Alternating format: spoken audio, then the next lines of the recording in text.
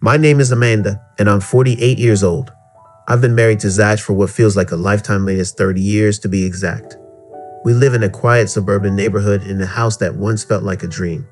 Our two kids, Ben and Kaylee, have grown up and moved out. Ben got married last year, and Kaylee is off at college in another state.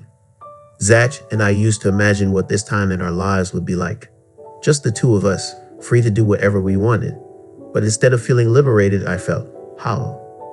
The silence in the house was deafening. Zach spent most of his time working late hours at his auto repair business, fixing up classic cars. Meanwhile, I tried to keep myself busy, gardening, cooking classes, the occasional coffee with friends. But no matter what I did, I couldn't shake the feeling that something was missing. When Zach came home, exhausted from the day, our conversations were polite but shallow, routine exchanges about bills, the weather, or updates from the kids. How was your day? Fine. Yours? Fine. There were no arguments, no obvious signs of trouble, but there was also no connection. We were like two strangers living under the same roof. One evening, I sat in the living room flipping through an old photo album. I stopped at a picture of us on a beach, laughing and soaked from the ocean waves. It was taken when we were newlyweds. I remembered how carefree we were back then, how much fun we used to have together. I glanced across the room at Zach, sitting in his recliner, absorbed in a car magazine. He looked distant.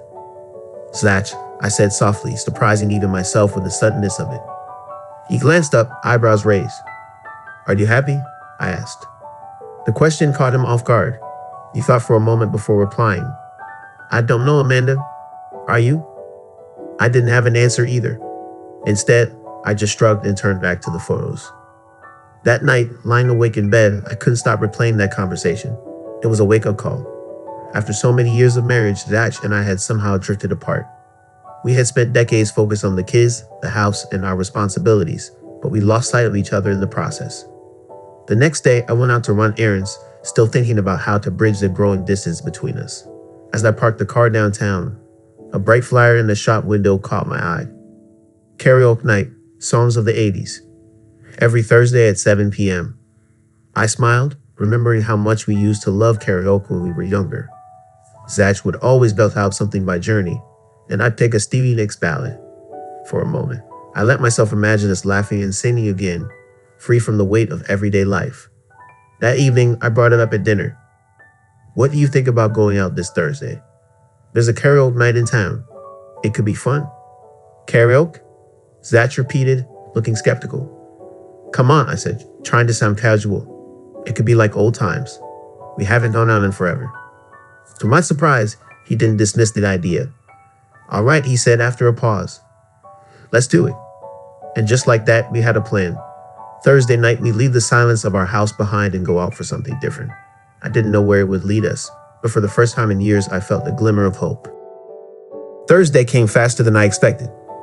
All day, I felt an odd mix of nerves and excitement. It had been years since Zach and I had gone out just for fun. Usually, our outings involved errands or visiting the kids, but this time it was different. This time it was just about us.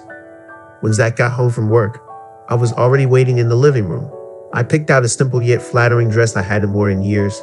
He paused in the doorway, giving me a curious look. You look great, he said, straightening the collar of his shirt. Thanks, I replied with a small smile. You don't look too bad yourself. He chuckled, and for the first time in a long time, I saw warmth in his eyes. The karaoke bar was cozy and inviting, bathed in neon lights with posters of 80s music icons decorating the walls. Groups of people were chatting and laughing, some already flipping through the songbook to choose their performance. The energy in the room was infectious. We settled at a small table near the back and ordered drinks. I felt a little out of place at first, but as the first singer took the stage, a middle-aged man belting out "Living on a Prayer" with a surprising amount of passion, I couldn't help but laugh. Zach leaned in closer to me. Your turn next, he said with a teasing smile. What? No way, I protested, my cheeks heating up. Come on, he said. You've always loved Fleetwood Mac. Pick something. I hesitated, but something in his tone made me want to take the leap. When the host called my name, my heart raced as I stepped up to the microphone. I chose Dreams, a song I'd sung 100 times in the car or around the house. As the familiar melody began, I took a deep breath and let myself get lost in the music. I glanced at Zach, who was watching me with a smile, real, genuine, and warm. When the song ended, the room erupted in applause. I felt a little embarrassed but also exhilarated. "You were amazing," Zach said as I slid back into my seat. "Your turn," I challenged, handing him the songbook. He raised an eyebrow but didn't argue. A few minutes later, he was up there singing "Don't Stop Believin'." He started off a little stiff, but by the second verse, the crowd was clapping along, and he was grinning from ear to ear. When he came back to the table, I couldn't hold back my laughter. "You were great," I said. He shrugged, still smiling. "It was fun." I forgot how much I used to love that song. Then something unexpected happened. He reached across the table and took my hand. "I missed this," he said softly. "I missed us." His words caught me off guard. My eyes stung with the threat of tears, but I managed a smile. "I did too," I whispered. Before I could say anything else, he leaned forward and kissed me, gentle, sincere, and filled with a warmth I hadn't felt in years. It wasn't long or overly dramatic, but it was enough to remind me of everything we'd been missing. On the way home, we talked and laughed like we hadn't in years. For the first time, it felt like the heavy silence between us had lifted. That night, as I lay in bed, I realized something. This was just the beginning of finding our way back to each other. The following week, I suggested to Zach that we try something different. To my surprise, he didn't hesitate.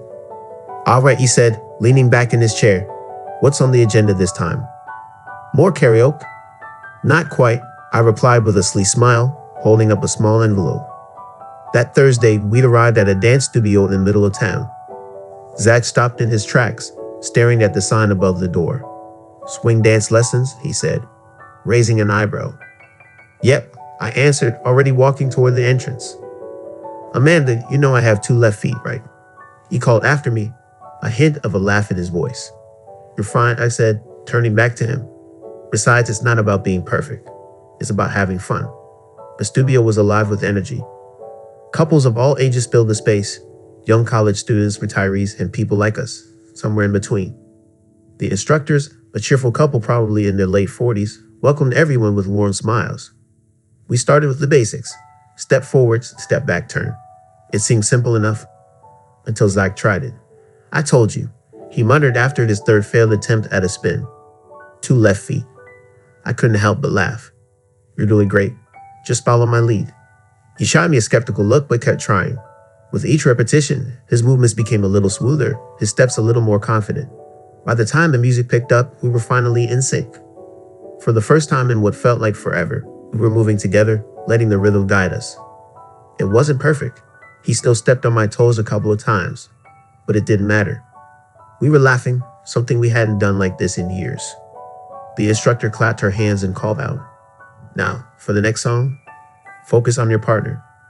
Look into each other's eyes and let the music do the work." Zach groaned softly. "Do we have to?" "Just try it," I teased, taking his hands.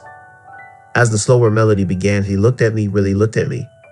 His brown eyes softened, and for a moment, the noise around us faded. "You're not bad at this," I said, smiling. "That's because I've got the best partner," he replied, his voice low and sincere. I felt my heart skip a beat. His words caught me off guard, but I didn't let go of his hands. Instead, I stepped closer, letting the music guide us. Halfway through the song, he surprised me by leaning in and kissing me, soft, unhurried, and so genuine it sent a warm rush through me. When the song ended, the instructor approached us, clapping her hands. "You two did amazing." "Real chemistry," she said with a grin. Zach laughed. "Chemistry or sheer luck? Either way, I'll take it." On the way home, we talked about everything: the steps, the music, the ridiculous moments when we stumbled. I couldn't stop smiling, and neither could he. That night, as we walked into our house, he paused at the door. "Thanks for dragging me to that," he said. "I didn't realize how much I needed it." "Me too," I replied, feeling a quiet sense of joy. As I went to bed that night, I knew we'd found something important. A new rhythm, a new way of being together. The following week, I came up with another idea. This time, I suggested something a bit more adventurous: a music festival in a nearby town. Unlike the loud, chaotic festivals packed with teenagers and rock bands, this one was laid back and intimate, featuring jazz ensembles and open-air picnics. When we arrived, we were greeted by the gentle hum of a saxophone and the mouth-watering aroma of food trucks serving barbecue and roasted corn. The evening air carried a sense of calm and excitement all at once. People were spread out on blankets and foldable chairs, chatting and swaying to the music under strings of fairy lights. Zach scanned the area and pointed to a spot in the back. "How about we set up over there?" "Not a chance," I said, grabbing his hand and leading him toward the stage. "We're sitting up front this time." Reluctantly, he followed, rumbling good-naturedly under his breath about how I always had to be in the action.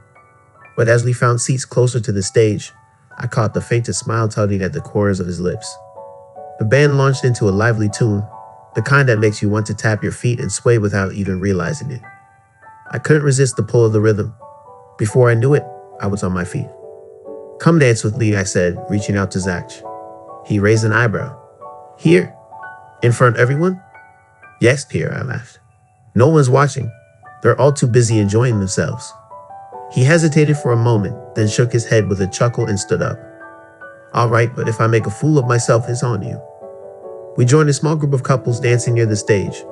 I moved with the music, carefree and happy, while Zach kept things simple at first, shuffling awkwardly. But then, as the tempo picked up, something shifted. He started moving with more confidence, matching my steps. His laughter came easily, and the tension that had once been so constant between us seemed to melt away. At one point, the music slowed, and I turned to face him. He looked at me, his expression soft and sincere. "You know," he said, his voice just loud enough to be heard over the music, "you look happy. Really happy." "I am," I replied. "With you." He didn't say anything more. Instead, he pulled me closer and kissed me. It wasn't a dramatic, movie-worthy kiss, but it was full of warmth and meaning. It was a reminder of everything we'd been rediscovering about each other.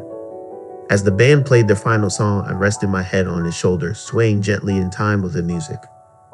Around us, people clapped and cheered, but for me, the world had narrowed to just Zach and me.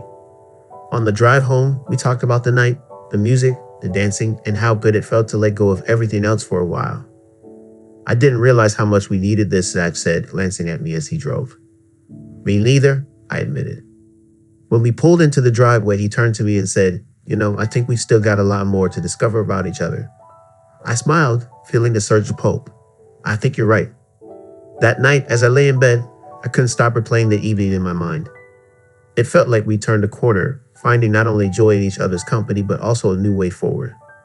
We weren't just holding on anymore, we were growing, moving together towards something better.